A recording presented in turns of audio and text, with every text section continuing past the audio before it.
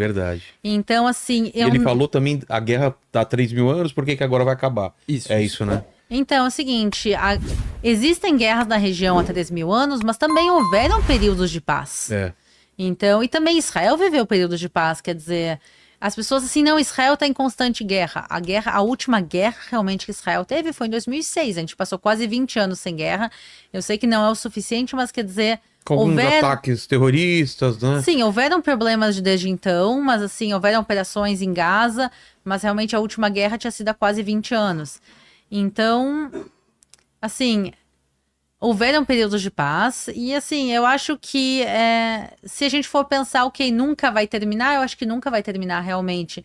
Mas a gente tá vendo que tá indo numa direção melhor, porque desde 1948, Israel tinha conseguido fazer acordo de paz com 2 países. Agora mais que dobrou em uma questão de poucos anos. Então a gente está vendo que sim, os países vizinhos estão fazendo paz com Israel. No momento que a Arábia Saudita fizer, vai mudar completamente. Vai mudar completamente, realmente, eu acho que a relação dos outros países árabes e muçulmanos com Israel. Então, sim, acredito numa paz, mas eu acho que também eu perdi parte da minha esperança com essa guerra. Eu acho que muita gente em Israel perdeu. O pessoal dos kibbutz no sul de Israel, na fronteira com Gaza, o pessoal que justamente foi massacrado no 7 de outubro, eles eram muito conhecidos em Israel por serem ativistas pró-paz. Sim, eu entrevistei uma mulher que ela falou, pô, eu sou progressista, eu era a favor da criação dos 2 estados e tal, e sempre na causa palestina, e eu fui atacado e mataram meus parentes, e aí? Exatamente, justamente o pessoal mais do sul, lá, que vivia do lado de Gaza, os kibbutz, na sua grande maioria, era um pessoal de esquerda, era um pessoal pró-criação do Estado palestino, muitos deles trabalhavam em ONGs pró-paz. Eu tive em Niroz antes, meu pai morou em Niroz há muitos anos. Onde é Niroz? Niroz é um dos kibbutz que mais foram massacrados. É um local que uma de cada 4 pessoas, eu acho, uma de cada 3 pessoas do kibbutz foi ou assassinada ou sequestrada. A comunidade foi completamente dizimada.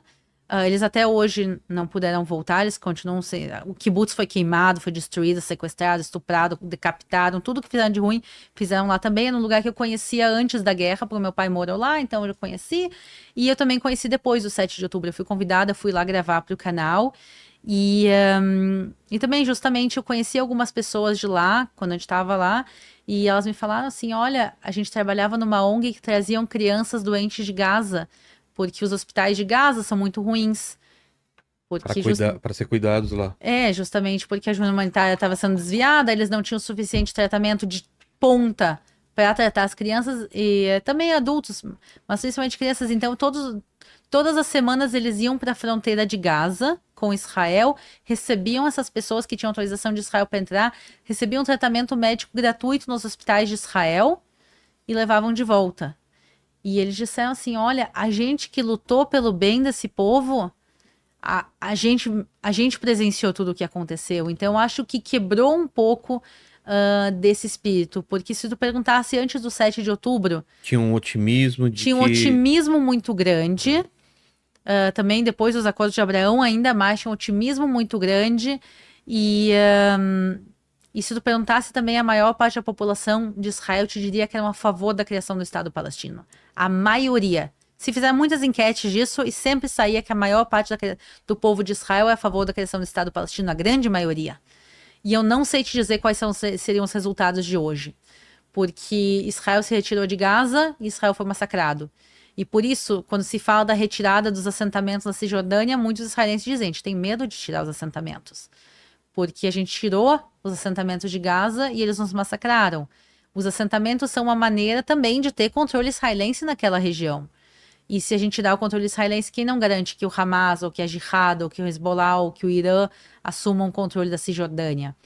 Apesar de, historicamente, a Cisjordânia ter sido bem mais tranquila, o pessoal agora eu acho que tá com bem mais medo do que tinha antes, e eu acho que com bem menos esperança.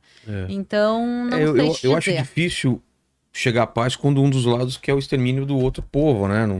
Não tem esse... mas quem que é o extermínio? É o Hamas. O Hamas, e não Hezbollah, o Irã, mas não é todo o povo palestino, e muito menos o pessoal da Cisjordânia.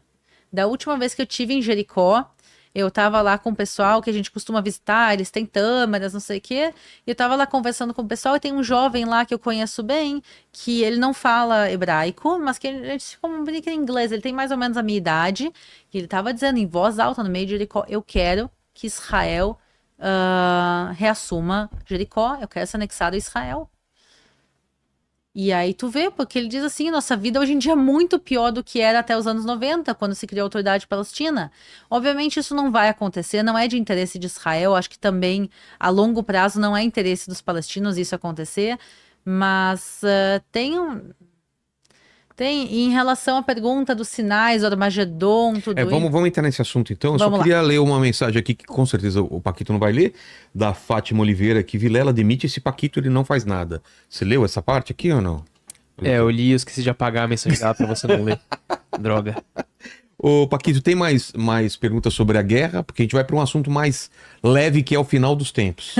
Tem uma pergunta aqui do Neide Oliveira. Ele perguntou: como faço pra me alistar no exército israelense? Sabe se estrangeiro pode se alistar?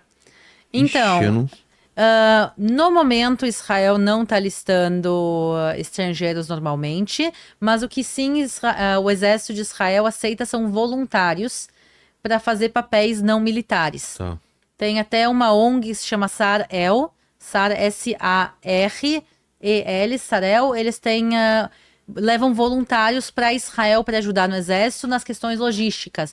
Então eles vão lá, desde organizar os uniformes dos soldados, organizar comida, porque no final das contas, boa parte do exército é o que acontece por trás toda a logística. Então, sim, Médicos. o exército de Israel, através de ONGs, recebe voluntários para fazer outros papéis.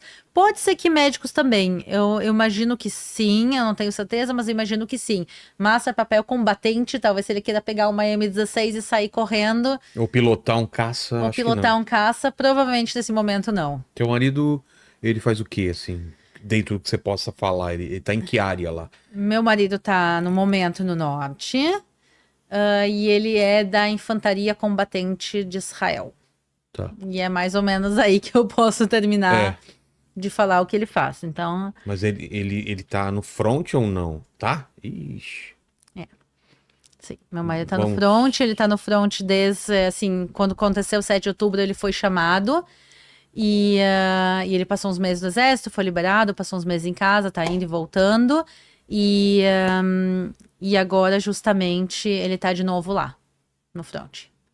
Vamos mudar então, falar desses sinais aí. O que os sinais das profecias que podem estar acontecendo lá, né? Tem a construção do templo, tem que existem teorias aí que ele está sendo construído no subterrâneo, não sei o quê. Tem a novilha vermelha, tem o que você falou também, o Mar Morto tá o quê? Tá diminuindo, tá ficando, tem peixe lá, é isso? É quase isso, eu vou explicar.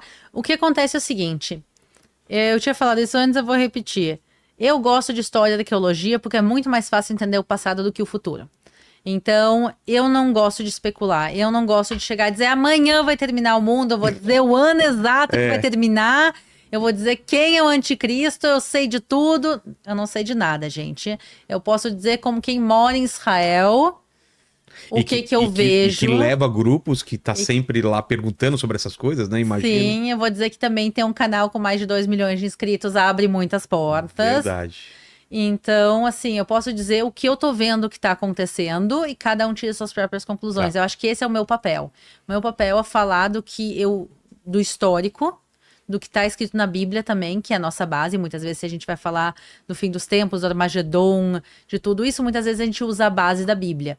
E falar o que tá acontecendo, e aí cada um tira suas E próprias Armagedon é uma região lá, né? Um vale. Exatamente, então... Subindo uma montanha, os caras mostraram lá onde é. Exatamente.